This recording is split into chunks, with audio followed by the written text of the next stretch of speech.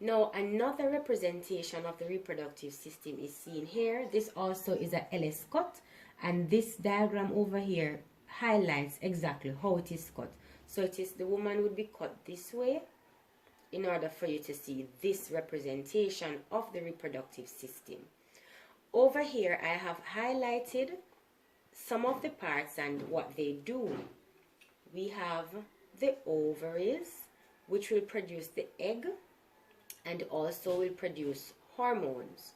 We have the uterine tubes or the fallopian tubes, and these will transport the egg. We have also the uterus, which is also known as the womb, and this is where fetal development will occur. In other words, this is where the baby will grow until it is ready to be born. We have the birth canal or the vagina, which is the passage through which the baby will come. It is highlighted here. And it is also the passage through which the spermatozoa will be ejaculated into the vagina in order for fertilization of the egg to take place. The vagina is approximately 4 inches long, plus or minus 1 inch, depending on the physical structure of the female in question. We have the external genitalia, which constitutes the vulva, and we have the mammary glands, which will produce the milk. And if you look at this little drawing at the top, you can see where the cursor is touching the breasts. So this would represent the mammary glands and the breasts, which play a role in the reproductive process.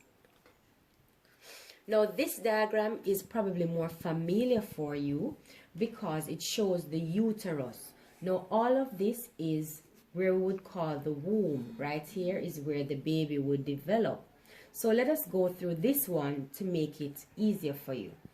Now, these circular structures, one on the left and one on the right, they are called the ovaries. Now, the ovaries contain eggs. So they produce, they mature, and they release eggs. Now, one egg will be ovulated each month, and that egg will be ovulated into the fallopian tube or the uterine tube. The fimbriae, which are the finger-like projections, will transport and guide the egg from the point of production into the fallopian tube. The ampulla and the isthmus are just parts of the fallopian tube, but for the purposes of your syllabus, there is no need for further explanation as to the function of those specific parts.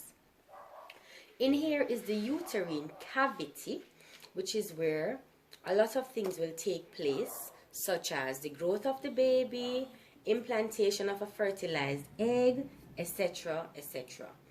We have 3 muscular layers forming the walls of this uterine cavity. The inner wall is called the endometrium, and you will learn about the endometrium when we do the menstrual cycle. We have the myometrium, which is the middle layer of muscle. The myometrium is the middle layer of muscle, as I mentioned before. Just want to do a little repetition. Myometrium, the middle muscle, and the outer is the perimetrium, called or referred to as the one on the outside, like perimeter, talking about outer layer. We have the cervix, which is this area, all of this area here, where the uterus, where the uterus basically ends. So all of this area is the cervix, and the doctors find this to be quite a useful point on the body in order to assess for a lot of medical conditions and a lot of things that can be happening in the body. We have the vaginal canal right here, and as we mentioned before, it is approximately 4 inches in length. Now, the uterus is also the site for menstruation and the site for fetal development. As we had mentioned before about the fetal development, this just shows you that it is a specific size, which you don't need to go into as it relates to the size of the uterus. Right, so this is talking about the size and the subdivisions, but for the purposes of your syllabus, we will not get into that great detail. Now, what is the vagina? It is the passageway for birth. It is the site of menstrual flow, and it is necessary for intercourse, as this is where the spermatozoa will be introduced into the vagina. How do we describe the vagina?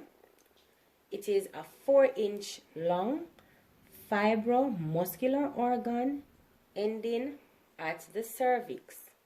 It lies between the urinary bladder and the rectum.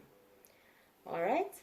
It is partially closed by a membrane called the hymen, which may be ruptured or interfered with at the end of or after certain activity.